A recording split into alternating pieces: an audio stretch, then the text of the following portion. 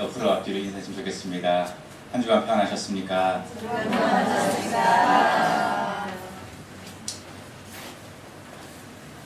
어느 시골에서 태어나고 자란 한 중년의 남자가 수십 년 만에 자기의 고향을 방문했습니다.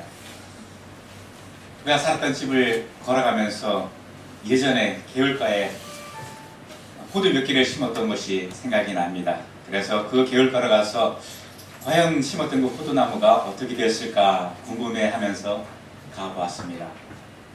자기가 심었던 그 개울가를 찾아서 가봤더니 그곳에는 크게 자란 호두나무 몇 그루가 서 있는 것을 보았습니다. 그 호두나무를 보면서 마음으로 참 감격과 뿌듯함이 있었습니다. 그래서 문득 떠오르는 것이 옛날에 호두를 몇 개를 다락방에 놔뒀던 것이 또 생각이 납니다. 생각이 나면 어때요? 궁금하잖아요. 그것이 지금 어떤 모습으로 되어 있을까?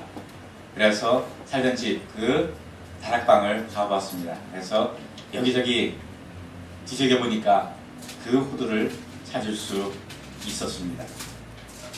봤더니 이미 그 호두는 말라져 가지고 쭈글쭈글해 있는 겁니다. 여러분 혹시 그런 경험들 없습니까? 특히 밤이 있잖아요. 밤을 이제 나중에 먹어야지 이걸 한쪽에 놔뒀는데 나중에 찾아보면 어때요? 한참 말라가지고 쭈글쭈글해지는 모습 있죠. 호두도 이제 그런 모습을 가진 걸 봅니다. 감춰뒀던 호두는 어때요? 쭈글쭈글해가지고 볼품이 없습니다. 먼지에 쌓여 있습니다. 그런데 시냇가에 심었던 호두는 크게 자라서 열매를 맺는 그런 호두나무가 되어 있는 것을 봅니다. 차이는 하나입니다. 무엇입니까? 심은 것과 그대로 둔 것입니다. 이 이야기를 한쪽에 간직하시고요. 이제 성경 본문으로 들어가서 내용을 간략히 살펴보겠습니다. 오늘 본문 20절은 어떤 단어로 표현하고 있습니까? 명절에 예배하러로 시작하고 있습니다. 이 명절은 무슨 명절입니까? 12장 1절에 보니까 6월절 엿새절에, 그러니까 6월절 명절을 말씀하고 있습니다. 6월절 명절이 되니까 이 명절을 맞이해서 많은 사람들이 예루살렘에 예배를 하러 올라왔다는 것입니다. 그리고 그 많은 사람들 가운데 헬라인 몇 사람이 빌립을 찾아옵니다. 빌립 선생이요, 우리가 예수님을 만나뵙기를 원합니다. 예수님을 만나도록 좀 도와주십시오. 그 얘기를 듣고서 빌립이 안드레에게 찾아갑니다. 안드레에게 찾아가서 헬라 사람 몇 사람이 예수님을 만나기를 원하는데 어떻게 할까? 그러면 우리가 예수님께 가가지고 이들의 얘기를 전하자. 그래가지고 빌립과 안드레가 예수님께 가지요. 예수님, 헬라 사람들이 예수님을 만나기를 원합니다. 어떻게 하면 좋겠습니까? 그런데 예수님께서는 두 사람에게 전혀 예상하지 못했던 반응을 보이고 있습니다. 그것이 무엇입니까? 만나겠다, 만나지 않겠다, 그렇게 얘기해 주시면 좋겠는데 그 대답이 아니라 예수님께서 인자가 영광을 얻을 때가 왔다 하는 것입니다.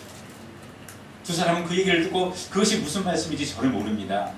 이어서 24절에는 내가 진실로 너에게 이르노니 한 알의 밀이 땅에 떨어져 죽지 않으면 한 알 그대로 있고 죽으면 많은 열매를 맺느니라고 말씀하고 있는 것을 봅니다.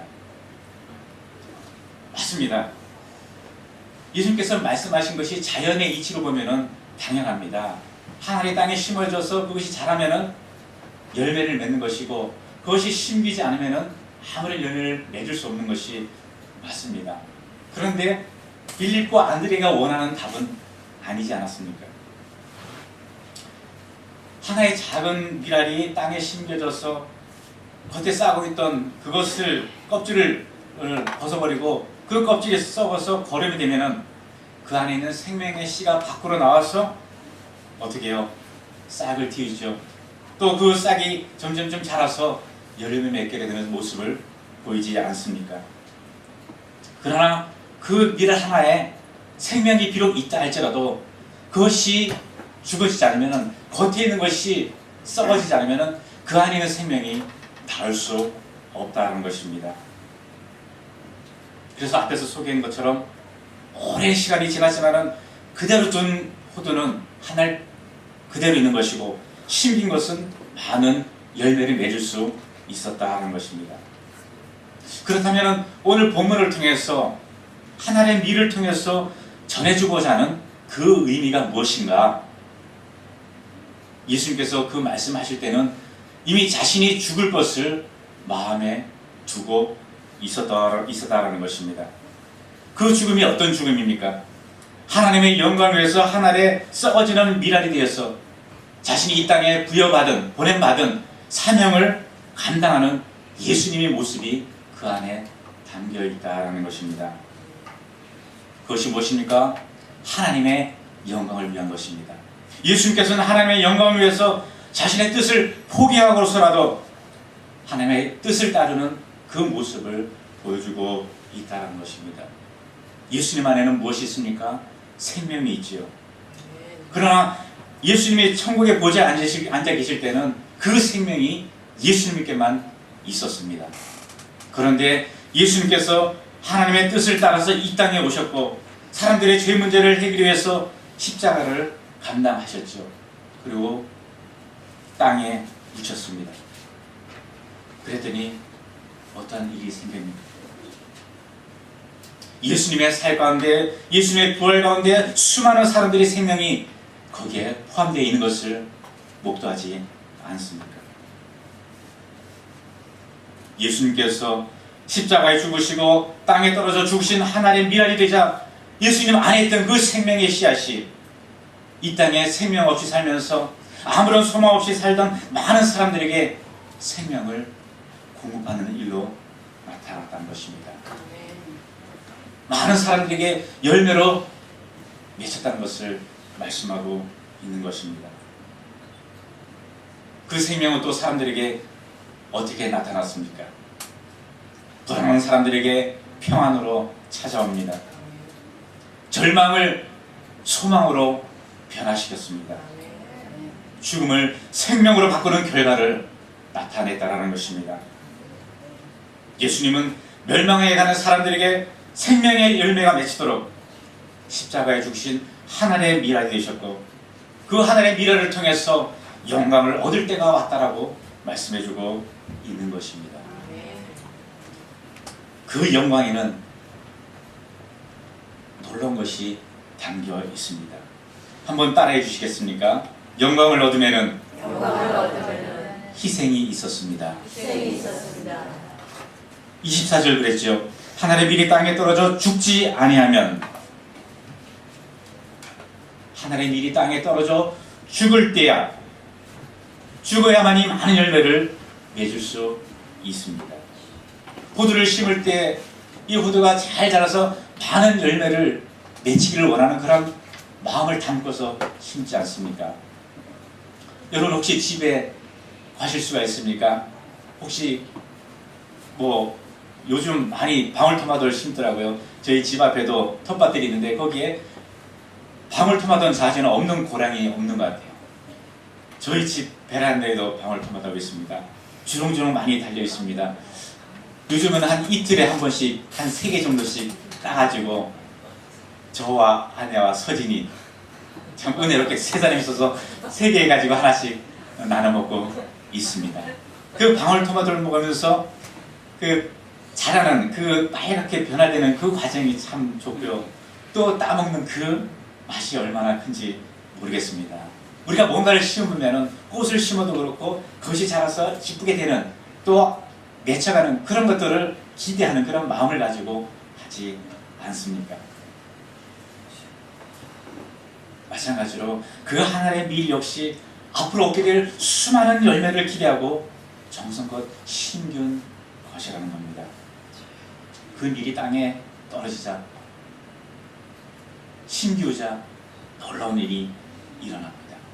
하나님의 밀이 자라서 한 그루의 이삭이 되고 그 이삭에 수많은 그 밀 아래 이삭이 주렁주렁 매달린 것을 보게 되는 겁니다. 우리가 잘 아는 것처럼 마가복음 4장에 자라난 씨비유와 겨자씨 비유가 있지 않습니까? 정말로 볼보면 작은 그것이 자라서 새들이 깃드는 그런 무성한 나무로 가지를 내는 것처럼 이 한 알이 그런 역할을 하고 있는 것을 우리에게 보여주고 있다는 것입니다. 그 한 알이 무엇입니까? 누구입니까? 성경은 우리에게 예수님이라고 가르쳐주고 있습니다. 예수님이 하나님의 미를 말씀하신 것은 자기의 죽음을 의미하고 있다라고 말씀을 드렸습니다. 생명의 열매가 확산되는 비결 다른 것이 아닙니다. 그것은 하나님의 밀이 땅에 떨어져 심겨서 죽을 때 그 영향력을 나타내게 된다는 것입니다.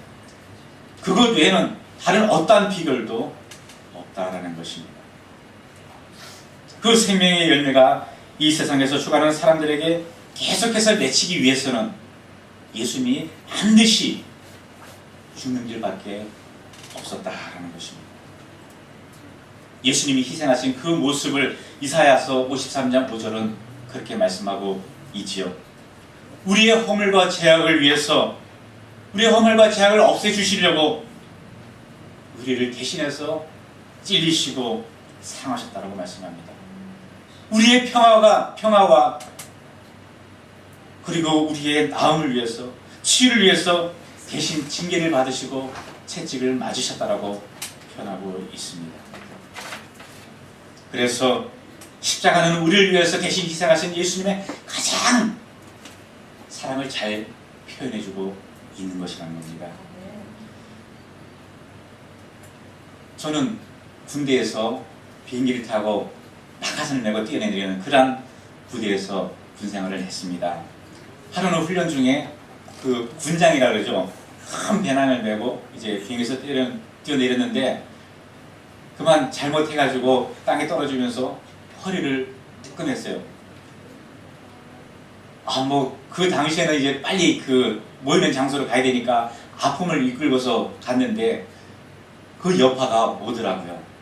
지금도 무리하면 한 번씩 허리가 아파지는데 그때는 다른 것을 못하겠어요. 허리를 아파보니까 이게 허리 안 아픈 척 하는 것이 얼마나 힘든 것을 알게 되겠더라고요. 안 하려고 해도 자연적으로 그냥 제 몸이 그렇게 아픈 것을 드러내는 모습을 볼 수밖에 없더라고요. 이 허리 한번 아파보니까 1층에서 2층 가는 정말 얼마 안 되잖아요. 그냥 펄쩍 뛰어서 2번이면 올라갈 것 같은데 그 한 계단 한 계단 올라가는 것이 그렇게 힘들고 멀어 보이는 겁니다. 허리가 아파 보신 분은 느낄 것 같아요. 이게 눕고 일어나는 것도 정말로 내 마음대로 내 생각대로 안 되는 것 같아요. 한번 일어나려면은 몸을 뒤척여야 되고요, 옆으로 살살 돌려야 되고요, 또 이제 이렇게 꼬으면서 꽈배기가 되는 것 같아요. 그리고 여러분 양말 신기 그렇게 어렵지 않잖아요.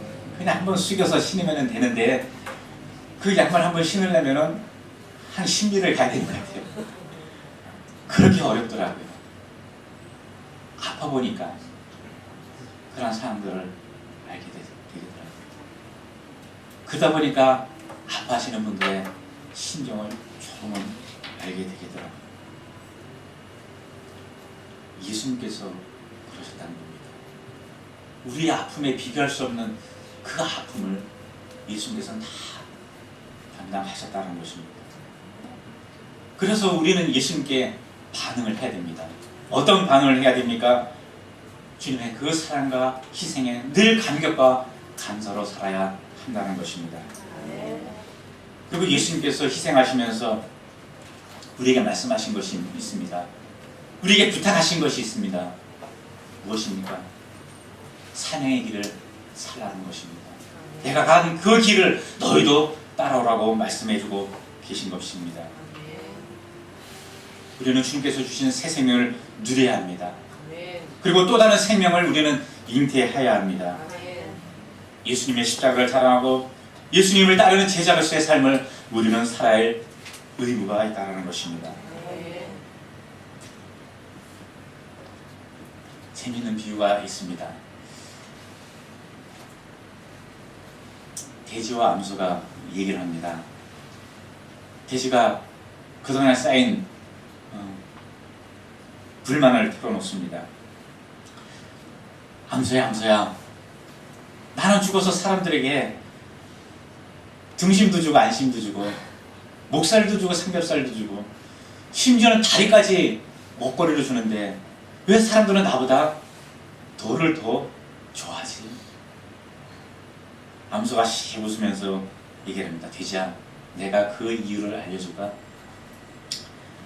너는 죽어야지 먹거리를 사람들에게 제공하잖아. 그렇지만은 나는 살아서 사람들에게 우유를 제공하잖아. 말씀드리고 싶은 것은 희생도 때가 있다는 것입니다. 그 때를 놓치지 않는 지혜가 우리 가운데 있기를 바랍니다. 그리고 하나님의 미랄로 우리에게 오신 주님의 희생을 우리의 삶 가운데 나타낼 수 있기를 바랍니다. 한 번 더 따라해 주시겠습니까? 영광을 얻음에는 포기가 있었습니다. 25절 말씀입니다. 우리 다 함께 읽었으면 좋겠습니다. 시작. 자기의 생명을 사랑하는 자는 잃어버릴 것이요 이 세상에서 자기 생명을 잃어버리는 자는 영생하도록. 자기의 생명을 사랑하는 자는 어떤 사람인가?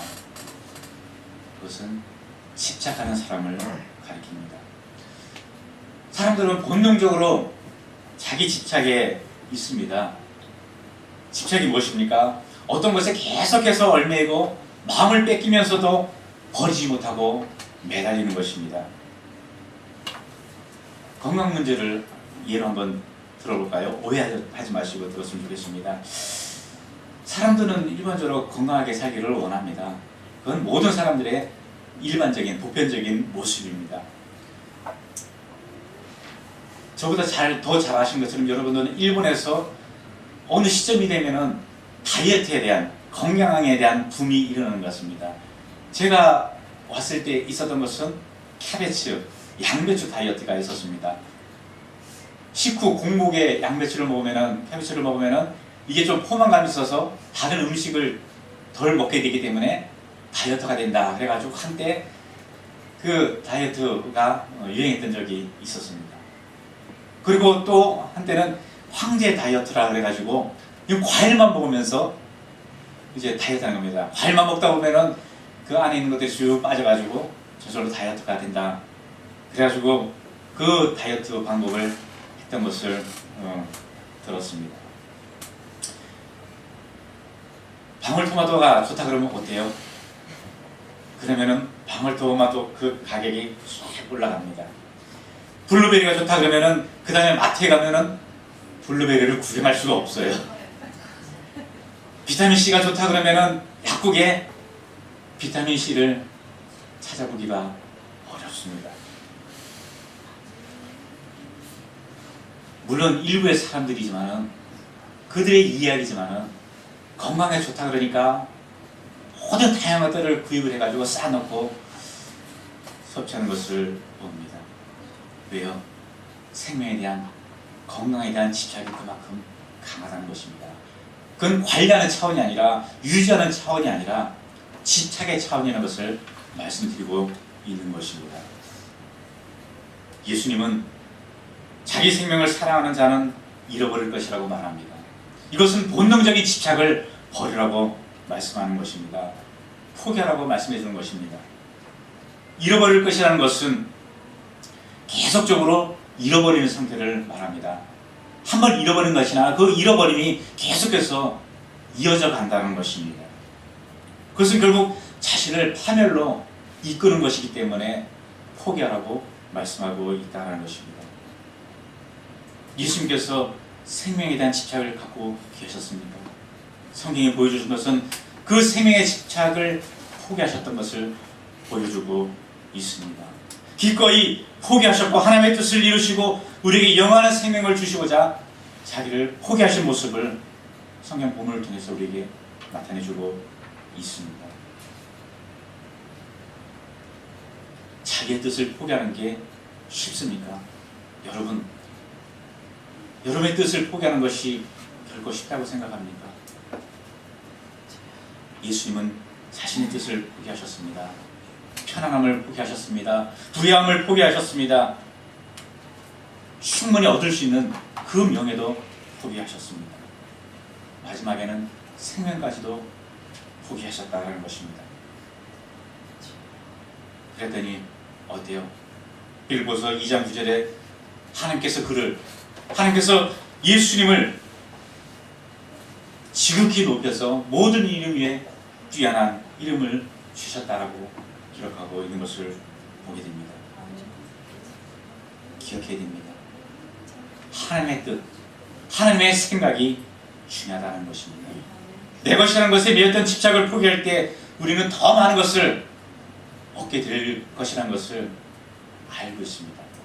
알매도 우리는 그것을 쉽게 내리지 못하는 모습을 보이고 있습니다. 우리가 그런 것을 포기하고 내려놓을 때 정말로 우리는 소중한 더 많은 것들을 얻을 수 있다라고 말씀함에도 말입니다. 나를 버리고 크게 생각하면 더 많은 사람들이 행복해진다라고 우리에게 가르쳐주고 있습니다. 여러분, 아이들 손에 뭔가를 쥐어주잖아요. 그래서 쥐어줬던 그것을 다시 잡으려고 그러면 뺏으려고 그러면 어때요? 쉽게 이 손을 펴나요? 아니죠.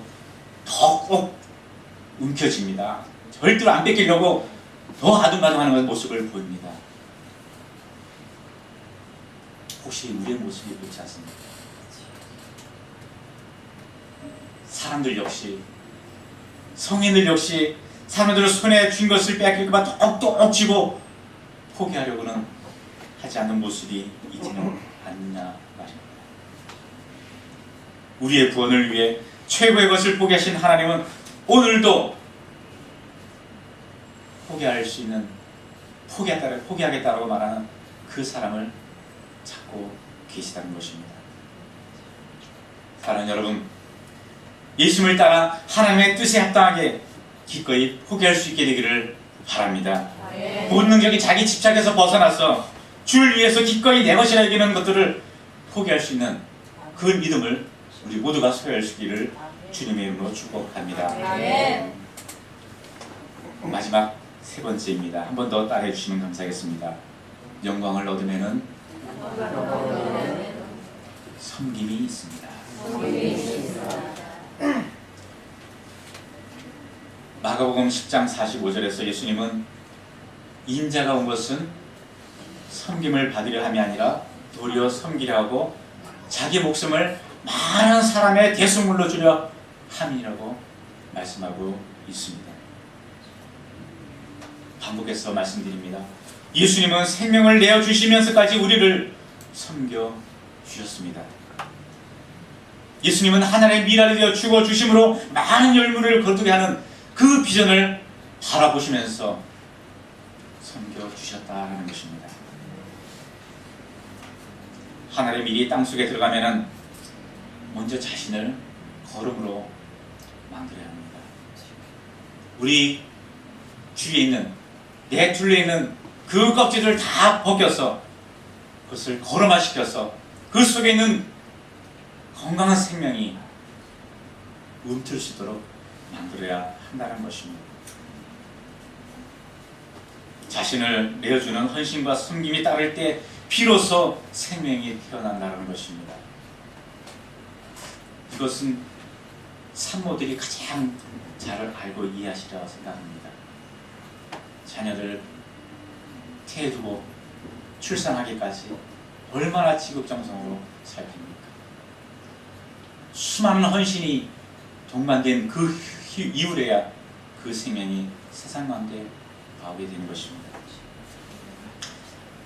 예수님께서 먼저 그런 성경을 위해서 자신을 내어주셨습니다. 그 후에 자신을 따르는 제자들에게 말씀하셨습니다. 너희도 나를 따라오너라. 26절에 뭐라고 말씀합니까? 한번 같이 읽겠습니다. 시작. 사랑이 나를 섬기려면 나를 따르라. 나 있는 곳에 나를 섬기는 자도 올 있으니 사랑이 나를 섬기면 내 아버지께서 저를 귀히 여기시리라. 사랑하는 자여, 나를 따르지 않겠니? 나와 함께 섬김의 자리에 있지 않겠니? 섬기는 일을 하나님께서는 기뻐하신단다. 그것은 주님께서 우리에게 해주시는 말씀입니다. 나를 따르라는 그 한마디를 통해서 예수님의 제자로서의 참된 길이 무엇을 의미하는지를 분명하게 가르쳐주고 있다는 것입니다. 하나님은 자신의 영광을 위해서 예수님의 사역이 온전히 이루어지도록 만드셨습니다. 자신의 영광을 위해서 아들인 예수를 영광스럽게 만드셨다라는 것입니다. 하나님은 예수님이 얻으신 그 영광을 여러분들을 통해서도 동일하게 나타내시기를 원하시고 받으시기를 원하십니다. 아멘. 우리가 주님을 위해서, 복음을 위해서, 잃어버린 영혼을 위해서, 내 주의를 위해서 내 자신을 희생하지 않으려고 한다면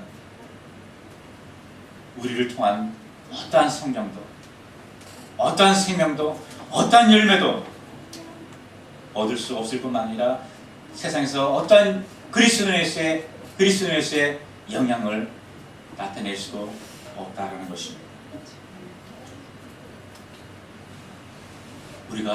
우리가 가지고 있는 체면, 이기심에 사로잡혀서 예수님과 다른 사람을 섬길 수 없다면 역시 언제까지나 그냥 그 하나의 미랄로, 그 하나의 코드로 있을 수밖에 없다는 것입니다.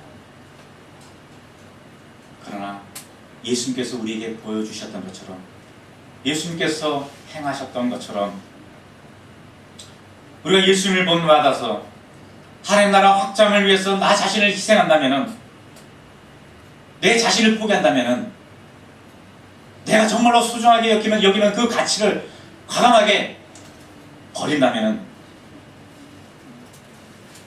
내 자신을 드리고자 결심한다면, 섬기기 시작한다면 그 가운데 열매가 하나씩 나타나게 될 것입니다. 아멘. 왜요? 그 가운데 성령께서 일해 주신다고 우리에게 말씀해 주셨습니다. 아멘.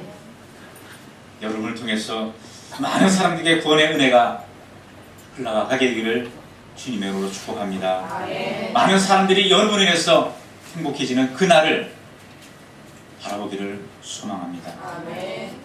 그리고 그러한 여러분을 통해서 하나님이 기뻐하시고 영광을 받으실 것입니다. 아멘. 기도하겠습니다.